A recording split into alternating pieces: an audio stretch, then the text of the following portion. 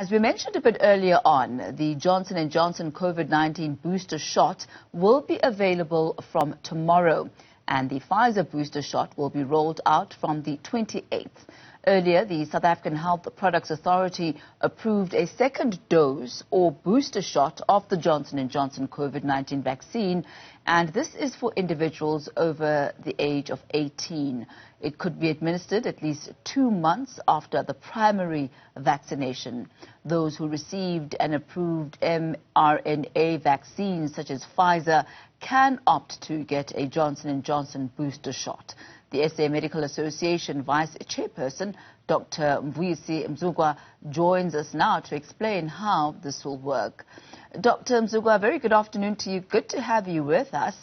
Perhaps the main question now is, because you are allowed to use, different brands of vaccines, if one can use that phrase, does this mean that the ingredients in the vaccines is, I guess, the same or compliant or compatible, rather? Good afternoon, Tammy, and to your viewers. Well, thank you so much for having me in your program. I think we welcome the statement from SAPRA. I mean, you will remember in the past is that we've been insisting that healthcare workers should get a heterologous vaccine. But we welcome the Johnson & Johnson because that's what was available at the time. But, to come to your question, the booster is the same injection or jab. It has the same ingredients as the previous one. It's just that now you'll be getting a separate one. If you were if perhaps you were on a Johnson & Johnson, then now we've got an option of getting a Pfizer one. The ingredients or the way they do it is not the same. Even the ingredients are not the same, because these ones, the J&J uses a vector, a virus vector. In other words, they use a deactivated sort of a virus, to get into your system. It's not a COVID virus, though. It's an adenovirus. Whilst this one is called the mRNA vaccine, the Pfizer one. So you've got an option. The reaction might not be the same. So when you say the reaction might not be the same, what do you mean, Doctor? I mean that the intention of having these different boosters is to obviously augment the immune system to make sure that there's enhanced immune system in your body. Depending on how you react to obviously these vaccines. If you had a Johnson & Johnson, there was an expectation that these are the side effects that you would have encountered. But also, if you get a Pfizer, there are side effects that are specific to Pfizer. So it is important that you familiarize yourself with the side effects of both.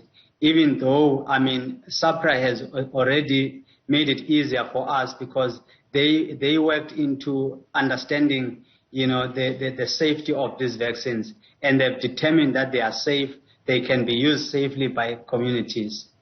Talking about the side effects and the symptoms, what can be expected from the combination of these two various vaccines? Has SAPRA gone into details about those possible side effects?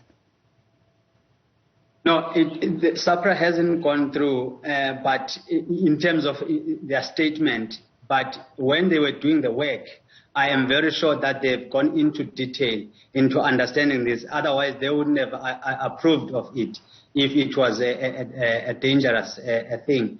But the previous studies have shown that there is not much of a difference in terms of how you react to these separate or different vaccinations. The most important thing is that you have a vaccine that is going to assist, boost your immune system better than if you were getting the same.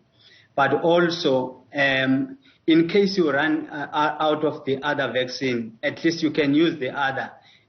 For example, if you have a shortage of Johnson & Johnson and you've been giving primary vaccines as Johnson & Johnson, then you can take your Pfizer and boost with your Pfizer. So it helps with to reduce problems with the rollout as well.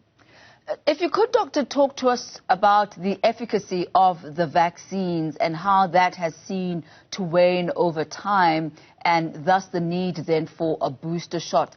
What is the percentage looking like for Johnson & Johnson efficacy-wise as well as Pfizer? And at what point does one actually need to be getting these booster shots? And how does that booster shot then once again bolster the body's ability to fight against the virus?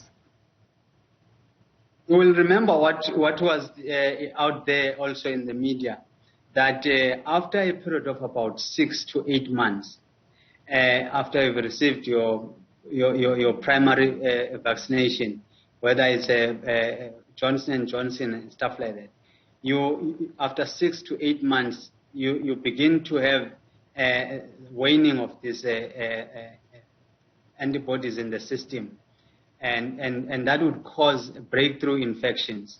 So it is important that we understand that after a period of time, you will obviously get your immune system, the one that has been induced by the vaccine, getting down, but it does not mean it's completely out. It's just that the levels have gone down. But if you get a booster shot, I will always make an example of when you take a meal. If you take a meal in the morning, you would expect by midday or so, your sugar levels will go down. So you need a booster there. It does not mean that you have collapsed because you have no sugar levels in the system. It's just that you need to up those levels. That's a booster. I know it's a very simplified way of making an example, but this is what I'm trying to illustrate, that you can boost when the system, your immune system is going down. Now look at this. Now the estimation is about 6 months. Like if you see the Pfizer statement from the Department of Health, they said after 6 months. So that is at the time when in fact you can expect your immune system to start going down. So could we then realistically, Dr. Mzukwa, be expecting to be taking booster shots every 6 to 8 months as long as COVID-19 remains a problem in the world? Well, it is an expectation. We can expect that, that we could be having these periodic boosters. I mean, if you look at some of the vaccines that we've been having, for example, the hepatitis B, every 5 years we had to take a hepatitis B as healthcare workers, because after 5 years, the immune system tends to go down. So you can expect the same thing with COVID, that after some time, SAPRA and the Ministerial Advisory Committee on Vaccines will have to help us, in that regard, to say, if we get to that point where we can have them periodically, how long should we have, the next booster in terms of what we have received from SAPRA? As far as, the studies are concerned with COVID-19 vaccinations, should this be the eventuality that every 6 to 8 months there will need to be a booster shot, are you aware of any sort of advancements in ensuring perhaps that maybe the vaccine is efficient for longer, that it's active within the body for longer periods of time? Is that something that's in progress, do you know? Well, there is ongoing research. There's ongoing research to understand, if we can have a booster of that nature, where it can allow a longer period, or whether the combinations can really allow a longer period, than it is now. But I doubt that we are going to have a booster that will be lifelong. So it's important that we stick by what we have at the moment and what we understand at the moment. Thank you very much, Dr. Mvuyisi Mzukwa, for explaining all of that to us today in the wake of our breaking news story that the Johnson & Johnson booster shots will be available from tomorrow for those who have already had their booster shots, and there needs to be a couple of months in between that, and for those who are 18 years and above. He is the vice chairperson of the South African Medical Association.